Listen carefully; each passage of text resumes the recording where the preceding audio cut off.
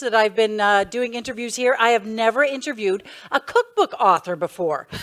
Now, I'm not exactly doing that tonight either, because Kim Thúy, as you know, is a novelist, mines her own history as a refugee to tell very rich stories of the Vietnamese experience, of her experience. So a book about cooking makes a whole lot of sense, because food really shapes Kim's family and who she is and who the community is. So this book is very much about recipes, yes, but it's also about poetry in many ways. For instance, what is the meaning of goddess? Aunt number 8 wondered what that meant. Aunt number 6, who took family photos as though everyone was a Hollywood star. Then there was how Aunt number 4 and her husband longed for each other for 10 years and kept their love alive with 15-minute phone calls between Saigon and Washington via Montreal. You get a clear sense of family through food in this book. And of course, spring rolls are like a lover's kiss, as you may know. I forgot about that. We're going to talk about that. Kim Thúy, born in 1968 in Saigon, left Vietnam with the boat people at the age of 10 and settled with her family in Quebec. And of course, people in Ottawa know the story of the boat people very well, because former Mayor Marion Dewar settled 4,000 here in our city. You also know her for her award-winning writing. She is also, though, a graduate in translation and law. She has worked as a seamstress, an interpreter, a lawyer, a restaurant owner, and now she has written Secrets from My Vietnamese Kitchen, Simple Recipes from My Many Mothers. Please welcome Kim Thúy. Come on up. Thank you. Seem like a great multitasker, that you could get a lot done. I don't know. No, I cannot even listen and write at the same time. Listen to music? No. I cannot. I need to hear the sound of the words. Because you agree with me, sometimes you have two words which are so beautiful, but if you put them together, they would fight each other off, right? And they will become, I don't know, it wouldn't work. So I need to hear them in my head. I know now it sounds like I'm a schizophrenic, but you know how each language has its own melody, right? French and English is a language of sound. So when you want to create a new word, you just add one more sound. You have constitution, constitutional, anti-constitutional. You know, it's horizontal. And Vietnamese is a monosyllabic language. So you have only one sound per word. Yes. So in order to have more words, we have to use the tones, like the vertical tone. So I'll give you an example. La, la, la, la, la, la, la. La means screaming. La, it's a leaf. La is the verb to be. La means fainting. La means stranger or strange.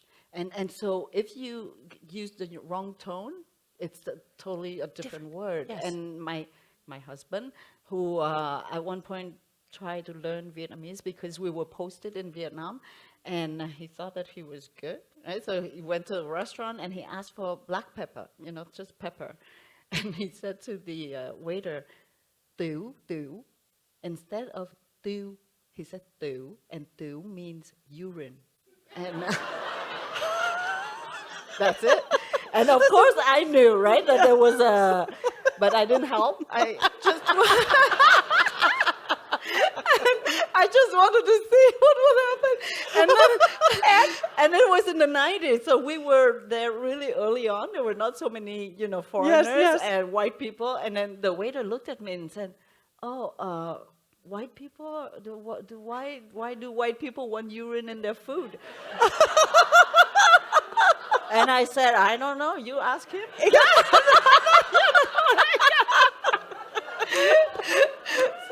So that's. But somebody else intervened. I wanted to have that urine come into the. For you, sir. Yeah. Kim, let me ask you, I mean, the part, back to the book for a second. Simple recipes from my many mothers. And you talk about your aunt mothers and the sisters of your mother, and you actually call them Aunt 4, 5, 8, 7. Just explain how happens. Happens Yeah. a little bit. Because we cannot remember names. No, no. I don't know why, but in Vietnam, when here, when you love someone, you would want to call your children with that name, right? It's basically a homage that you Yes. pay to the other person. But in Vietnam, uh, usually you cannot call your kid with the name of someone who's one of your elders, because you know that at one point you would scold your children, you would yell at them, you would scream at them, and you would use that name. So basically you are, yelling or scolding someone who's older. And that's why you cannot, you should never call your child with the name of someone you respect. And in the home, because we don't have, hierarchy is very important. Someone who is older than you has the responsibility to look after you. La bienveillance. How would you say that in English? La bienveillance. Yeah, but like really to look after the other person, and the younger person has but also the older person would have authority over you, right? So even if I meet you, I have to ask you right away when you're born, and see if you're older than me or not. Even if just 1979. 79. When was that? No. But then I will have to call you right away, big Right. sister. Even if you're older than me only for one day. And if I'm older than you one day, I will be the big sister. And because we don't have personal pronouns, we don't have the I, you, he, she, Okay. they, and all that, we. And so we have to name ourselves right away. So I have to say, the big sister asking little sister about her day. Yeah. For example, and so in a family, you need to know right away who's older and who's younger, and by the numbers, right? So the oldest ones, it starts with 2, because the number 1 is reserved for, they call it le notable of the village, like yeah. the lawyer, the mayor, or the judge, or something Okay. in that village. And so that's why we're all on 2, 3, 4, 5, 6, and maybe because they had too many kids or something like that. And yeah. Well, that's how it works. Because you talk about your family a lot and how close you all are, and that fits in with the themes of your book, which are about how important Vietnamese food is, and it's basically designed to be shared, Yes. and how and given away and shared within a table. So how does that inform the culture? I mean, and infused it with love again. It's family again, because maybe because Vietnam is not as developed as Canada, for example, so we couldn't rely on the government to take care of us, right? Even today, there's no social, that social net that we have here. Here you have social insurance, you have all kinds of services given by the government, whereas in a country like Vietnam, even today, we don't have that kind of system. So you have to rely on your family, right? And that's why you have to share. Well, and it's very funny, but I think we share so much more when we're poor or vulnerable than when we're rich. Because wealth is about acquiring autonomy, right? And independence. You have your own car, so you can go whenever you want. You don't have to wait for the bus. One of Disney's successors, she said that she has refused to use private jets now, because she said that would keep her human. Otherwise you don't wait, you don't do anything, you just go when you want to, and that takes you away from being human, and to live with other people. And so I think wealth is about that. You have your own house, you have your own room, you have your own, everything on your own. But when you're poor, you have to rely on each other a lot more. And at the beginning of the book, I've talked about this moment. I've had the chance to eat so many great meals, not only because of the cooking, but because of the people around the table. The poutine we had with the Germans, we laughed so hard that I would tell you it was the best poutine ever. Yeah. And it's at Cibois, in Montreal, at the corner of Saint Laurent and Laurier. You should go try, and invite the Germans over. And like they said, they're not usually joyous. That's what they said. You said that, not me. But the beer was so good that everybody was so joyous, and then the poutine was so they thought it was the greatest thing. But the greatest memory that I have of food is in that refugee camp. Yeah, tell us about that story. Yeah, we didn't have access to food. Of course, food was given to us by the Red Crescent in Malaysia, because Malaysia is a Muslim country. So the Red Cross became Red Crescent, right? I think it's managed by the same organization. So they came and gave us a fish a day. And very often when the fish arrived, it was, I like to say, it was dead, but alive again. Because it was 45 degrees outside, and the fish had not been frozen or anything. So when it arrived, you open it up, and there was a lot of life in there. And my father, he said that, we were supposed to have proteins only from the fish, and now we have, as a bonus, proteins from the worms, so, and I was very allergic to fish, so I think the worms really ate away the allergens, so I could eat and not have any reaction. Really? Yes, and that's why I said I strengthened the genes of Lac Saint-Jean, is that I was born so weak. I was allergic to seafood, eggs, milk, fish, the wind, the cold, everything made me swell. And you cannot believe it. In Vietnam, at 28 degrees, I would swell up like from inside out because it was too cold for me. And now I live in minus 28. But after that boat trip, that's it. I lost everything. And you're fine. I'm fine. Now I'm unkillable. I don't know what will kill me. I'm condemned to live forever or something like that. And But Kim, go back to that refugee camp. Tell us about that. And that's how I strengthen, Quebec's genes. But but so we didn't have water. Of course, we had maybe 1 liter of water per day for drinking, washing, and all of that. And then that day, I don't know where it came from, but there was a bag of kind of a Coca-Cola, a local Coca-Cola. And in Asia, I don't know if they still do it today, but very often they would empty the bottle to keep the bottle, and they empty it in a plastic bag with a lot of ice. They put a straw in the middle and close it up with a rubber band.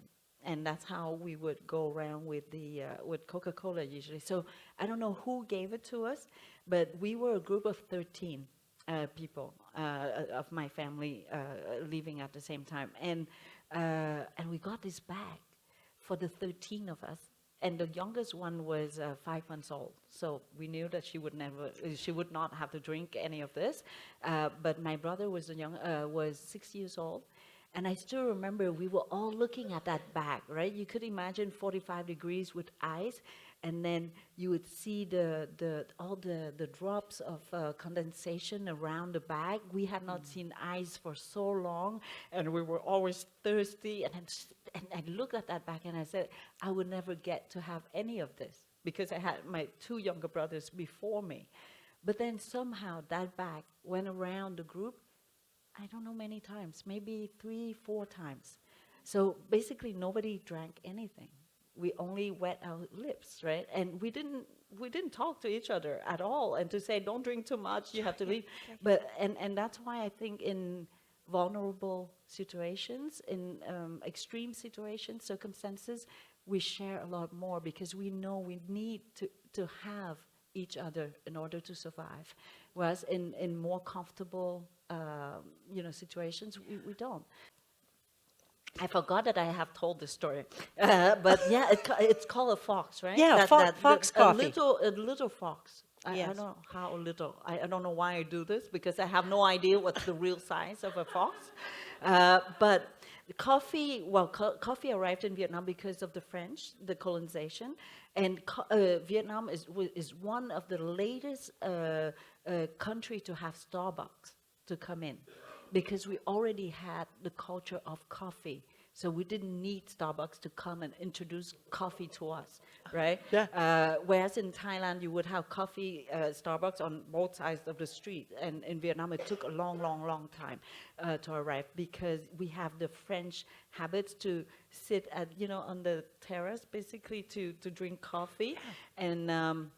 And so the plantations were owned by French, by French companies, and they would hire Vietnamese that they called les coulis.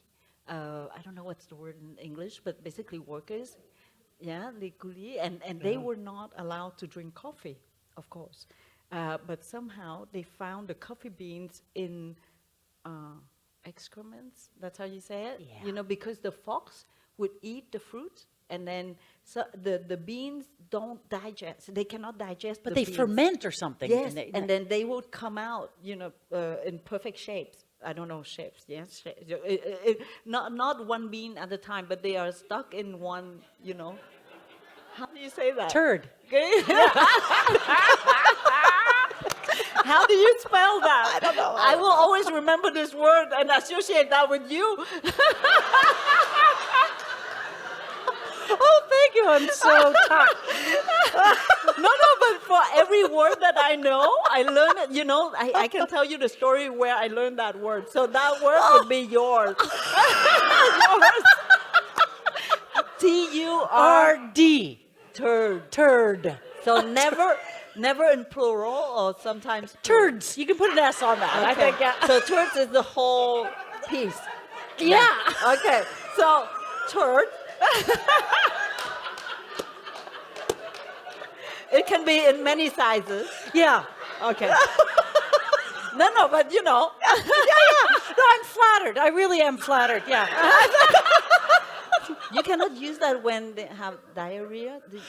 No, that's something else. No, I'm not an expert. Okay, so I'm it just, has to yeah, be yeah, like it a has to- small, yeah. like a whole piece. Oh, just a whole piece with the coffee beans in it. And yeah, exactly. So So the Vietnamese would take that and then would use the beans to make they roast those beans, and somehow they discovered that those beans don't have the same bitterness than the beans from the plants. Yeah. Why? Because the fox would eat only the ripe fruits. The ripe coffee, the ripe. I don't know how you say that. Yeah, the ripe berries. And the ripe, on the ground, right? So they basically ate the best berries, and that's why the beans are the best beans, and that's how and it started off, of course, only among the people who worked at the plantations. Yes. But then it became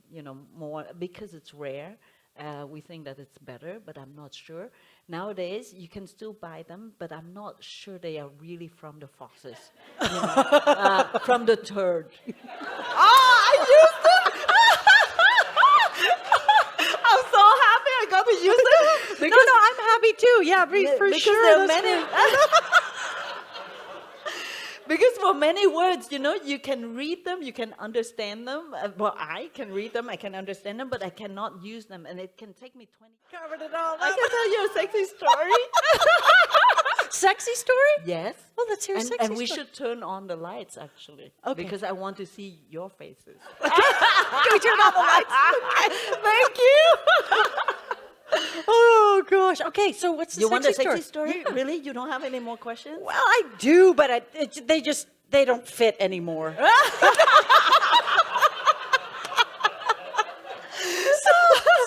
But do you have any questions?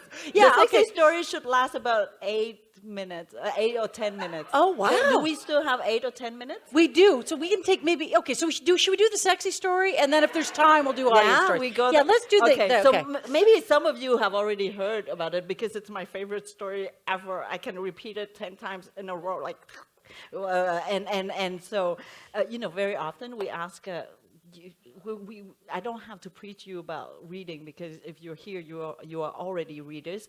But very often people ask me, why do how can we convince people to read? What does literature bring, to us? And it's, how do you quantify or identify which book has affected you in which way, right? It's quite difficult. But then I had the chance to live a story that illustrates really why we read. So if you already heard this story, you just tell me, and then I can tell you a different story. So I travel a lot, and whenever I get to the airport, very often the press agent is a woman, except for Italy. Italy, it was Marco. And he looks like I said it. He's just, and I didn't know how old he was, but he was just, that perfect age where you can be 18 or 88, you still go like, that's perfect for me. Not too young, not too old, and just perfect. And I didn't look him up, right? Because he had my press kit, so he had my pictures everywhere. So I said he would find me, and I'm visible minority in Rome, so he would find me. So I walked out, the doors open, and he was just standing there. How would I describe to you? He had skinny jeans on, with an Italian cut coat, and a hat a little bit tilted like Tom Waits. Yeah.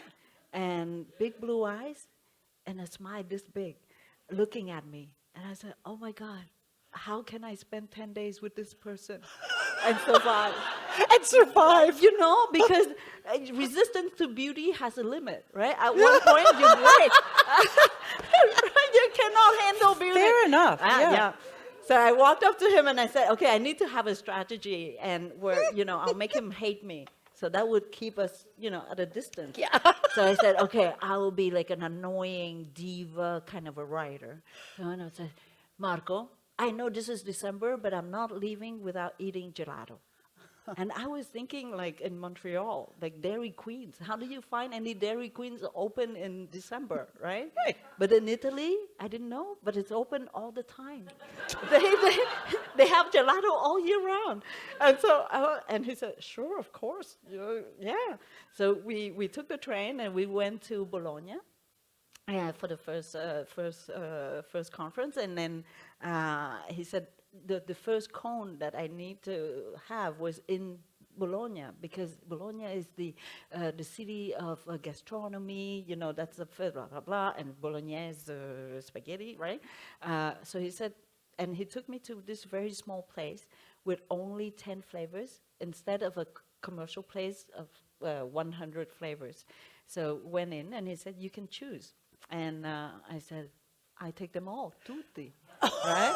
And the only Italian word I knew was tutti frutti, because there's a shop called that tutti frutti, right? Said tutti, and the owner, she was there, and she said, no, we don't have anything to serve 10 scoops. I said, how do you serve them? Said 2 flavors per cone. I said, well, 2, 5 cones, and I have 10, right? And well, why do you choose, right? Already in your life, you have to choose your career, your husband, your car, your house, ice cream. I can take them all. So I said, I want 10, and 2. And she said, no. Because she said she wanted me to savor every taste, every flavor, because it was all homemade. And I said, okay, so let's start with 2. So the first one was white chocolate and mascarpone. It tasted exactly like that heaven, right? And I turned around, there were 2 men in suits with a tie on and Italian cut again. And they were like lawyers or bankers of some sort. And they were all leaking like ice cream cones. When do you see that? Like men in suits like leaking cones. So I said, oh my God, this is Fantasy Island. Who what is this? And then Marcos, and then he started, doing some small talks. I said, what kind of music do you like? And I said, well, I don't know anything about music, so I love Leonard Cohen. And I said, he has written this song called Suzanne, where he says, she touches you with her mind. What a beautiful image that is, don't you think? And blah, blah, blah. And he bent down, and he sang Suzanne to me. In English, with a slight Italian accent. But you see my problem, yeah? I have ice cream, I have this singing thing, and so I turned around and I said, okay, rule number 1, Marco. I have 2 sons in Montreal, and I have to go back to my sons. I have to use my etiquette to go back to Montreal, so no more singing on this tour. Yeah, that's rule number 1. No more singing. I cannot handle this. This is too much. So I turned myself into a castrating Vietnamese mom. So I said, so what did you study in university? It's a total turn off, right? And he said, Russian literature. So I asked him, and I said it in French. I said, mais pourquoi? Pourquoi? And he said, because he used to be a chess champion when he was a teenager at the national level. So that's why he was into Russian literature. I said, okay, I don't know anything about Russian literature. The only thing I know is how to spell Dostoevsky. But I have not read him. I just know how to spell his name. So you give me a crash course on Russian literature between now and the end of the tour. And I said, no problem. So we took the train, and we went to Milano. And in Milano, it was in the University of Milano, and you could imagine how beautiful it is, how old. And so as soon as I walked in, you just feel more intelligent with all the spirits of philosophers and mathematicians going into your body, right? You're like, So at the end of the talk, I said, there were still 20 minutes before the train. So I said, let's tour some more. I want to absorb as much as I can from this place. So we walk around, and we pass in front of the chapel of the university. I don't have any religion at all, but I love the sound of chapels and churches, right? You can hear that echo. And so I said, we're going into the chapel. So we went in, and there was nobody. So the sound was just perfect, right? And at the corner of my eye, I could see a confessional. And I had always dreamed of going into a confessional. In movies, the best stories are always in that little window, right? And usually in churches, you have people. You cannot go into a confessional. But this time, there was nobody. So I said, Marco, this is my chance. This is it. We're going into the confessional. And he said, no, because he's a Catholic, right? Yeah. And he said, no, that's a blaspheme, to go in there. And I said, but I'm not a Catholic, so I can go. I go into the priest's place. You go on the other side, right? Well, you have to find solution, like quick solution, right? So I went into the priest's place. He went into that little, he lowered himself in that little window. And he started saying that he was in Torino going to a press conference. And on the way, he lost a button on his shirt.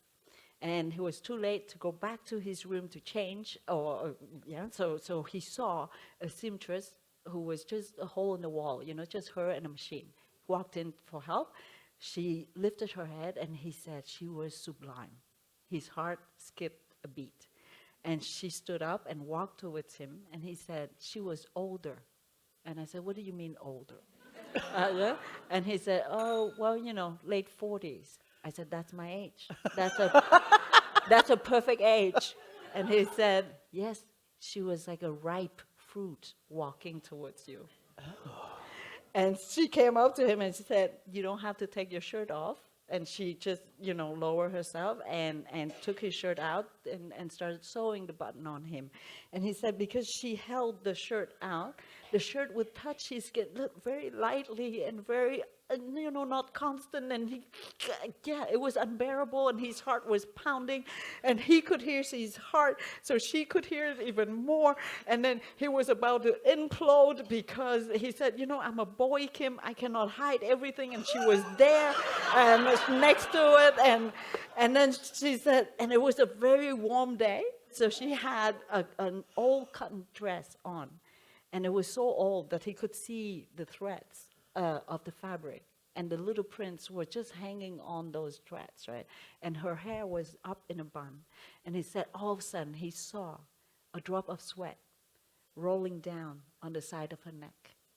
And he said that drop of sweat drew the line of adultery. And this is why the book Crime and Punishment has been written. And this is all you need to know about Russian literature.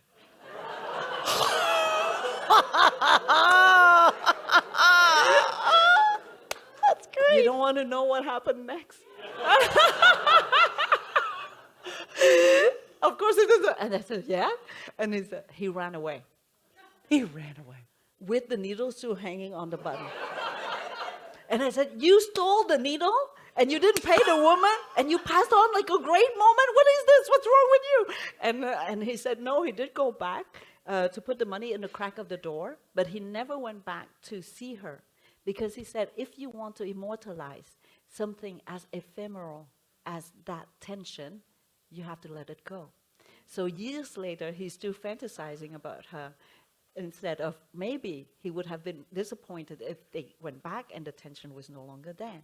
And I say this is about literature because I said if this boy had never read before in his life, he would have never been able to, he would never be able to give that kind of, fantastic interpretation to something as banal as a drop of sweat.